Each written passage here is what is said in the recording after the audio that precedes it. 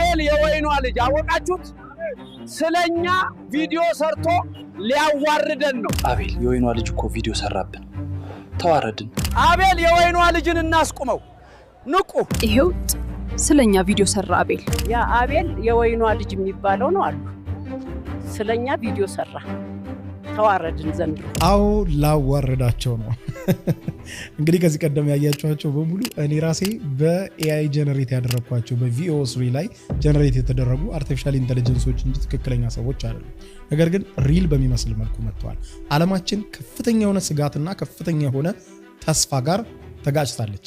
ኤአይ መጪው ነገር ነው። The dangers of AI, artificial intelligence, AI, a danger to our society. እንግዲህ ዛሬ በዚህ ፕሮግራም የማሳያችሁ በጣም የሚገርሙ ነገሮችን። ይሄ ቪዲዮ 3 ነገሮች ይኖሩታል። የመጀመሪያው ከዚህ ቀደም ከዓመታት በፊት ከዛሬ 20 ዓመት 30 ዓመት በፊት የተሰሩ ፊልሞች ምን ያክል እውነት ወደ መሆን እየመጡ እንዳለ this is serious በጣም በሚገርም ምሳሌ አሳያችኋለሁ። ከዛ ባሻገር ደግሞ በኤአይ ባጭር ጊዜ ውስጥ ከዓለማችንም ከሀገራችንም ሙልጭ ብሎ የሚጠፉ የሥራ አይነቶች አሉ። እነሱንም አሳያችኋለሁ። ያው እንግዲህ ሟርተኛ እንዳትሉኝ ቀድሞ ለመዘጋጀት በጣም አስፈላጊ ስለሆነ እስከ መጨረሻው እንድትከታተሉት ነው። በትምህርት ላይ በስራ ላይ ያላችሁ በሙሉ ይሄንን ተከታተሉት።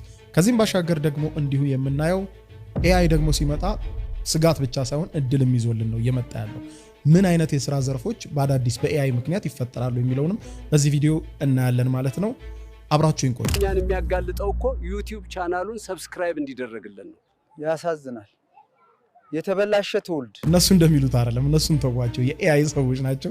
ምን እንደሚሉ አያውቁም። እኛ የሰጠናቸው እንደሚሉት። በፈረንጆቹ አቆጣጠር በ2002 ነበር የተሰራው ይሄ ፊልም ሲሞን የሚል ርዕስ ይዞ የመጣው። እኔ ያየሁት በጣም ልጅ ሆኜ በታላቅ ፊልም ላይ ነው የተመለከትኩት። ሆፕፉሊ ብዙዎቻችሁ ይሄንን ፊልም አይታችሁታል ብዬ አስባለሁ። የፊልሙን ታሪክ በትንሹ ላስታውሳችሁና ወደ ዋና ነጥቤ ልግባ። ፊልሙ ላይ እንግዲህ አንድ የፊልም ዳይሬክተር ነው የምንመለከተው። ፊልም ሰሪ ዳይሬክተር ነው። በአንዲት ተዋናይት አማካኝነት በጣም ሲበሳጭ ሲናደድ እናያለን፣ ሲቆጣ። ምክንያቱም ተዋናይቷ በጣም ኦቨርአክት ስታደርግበት ስራውን መቀጠል ሲያቅተው በጣም ሀስል ሲያደርግ እናይና በስተመጨረሻ የሆነ ሳይንቲስት አንድ ዳታ ሲሰጠው እናያለን።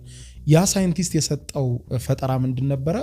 አርቲፊሻል ሰዎችን ኮምፒውተር ላይ ክሬት ማድረግ እንደሚቻል የሚያሳይ ቴክኖሎጂ ያ ሳይንቲስት አግኝቶ ነበር። በሰው አማካኝነት ያንን ቴክኖሎጂ ይልክለታል ማለት ነው። ከዛም ይህም የፊልም ዳይሬክተር ዝም ብሎ ሲሞካክር አስገብቶ ኮምፒውተር ላይ ሲሞካክር አንዲት በውኑ ዓለም የሌለች ነገር ግን ኮምፒውተር ውስጥ የተፈጠረች አንዲት ሴት ክሬት ያደርጋል። ያችን ሴትም ሲሞን ይላታል። የፊልሙ ርዕስም በዚች ኮምፒውተር ላይ በተፈጠረችው ሴት አማካኝነት ነው የተሰየመው። በሷ ስም ነው የፊልሙ ርዕስ የተሰየመው፣ ሲሞን ይሰኛል። እና እንግዲህ ያቺ ሴት በውኑ ዓለም የለችም፣ ነገር ግን